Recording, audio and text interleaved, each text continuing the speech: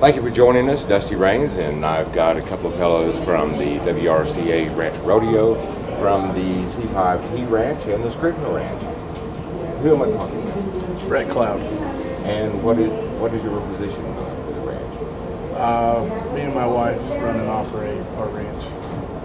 All right, and you, sir? I'm David Scribner, and I help operate the Scribner Ranch.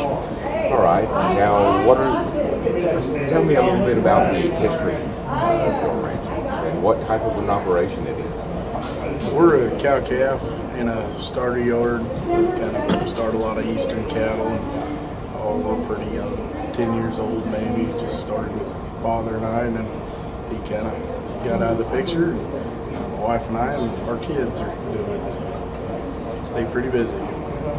Yeah, my granddad came to this country in the early 1900s, or 1910, 20. He was born here, and he went to work for a guy named Bob Zebold.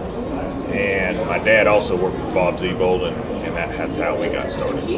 So you come from a long tradition of ranchers then. What are some of the values that have been passed down to you from your father, grandfather? Yeah, I like this word, everydayativeness. Get up every day, have something to do, honesty, hard work, things like that. Being good to your neighbors, helping your neighbors, those around you, things like that. Yeah, pretty much everything he said. Cowboy etiquette. You see someone broke down on the road, doesn't matter if it's highway or gravel, might as well pull over and give a helping hand. There's an awful lot to be said for that cowboy way. Now, how have ranching practices changed that you have seen passed down to you from your forebears? Not really. We still use a lot of horses, and pretty much everything we do is horseback.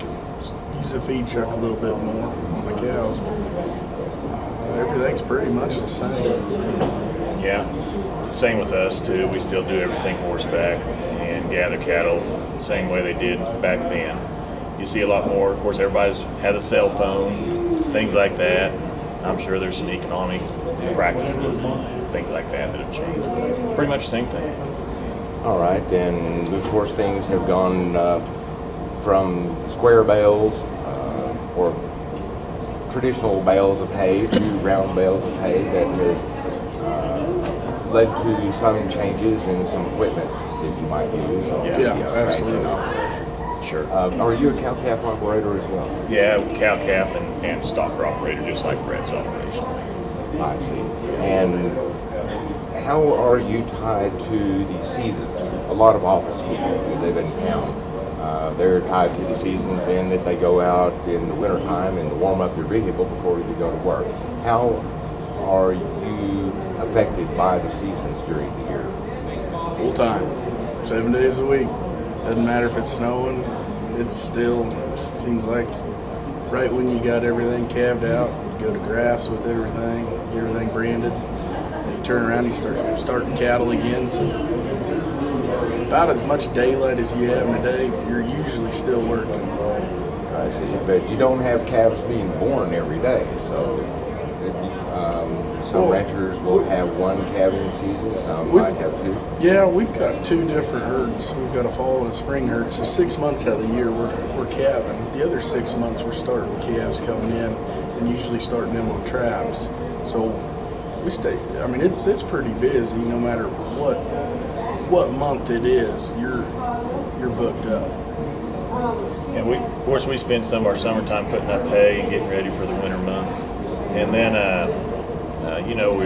Mother Nature has to depend on how it treats us, how much winter water we have, things like that determines how many winter cattle that we have around sometimes. So it changes a little. All right, well, thank both of you for speaking with us and enlightening us a little bit about your ranching operations and how some of that beef gets on our plates. You bet. Thanks for being interested in us.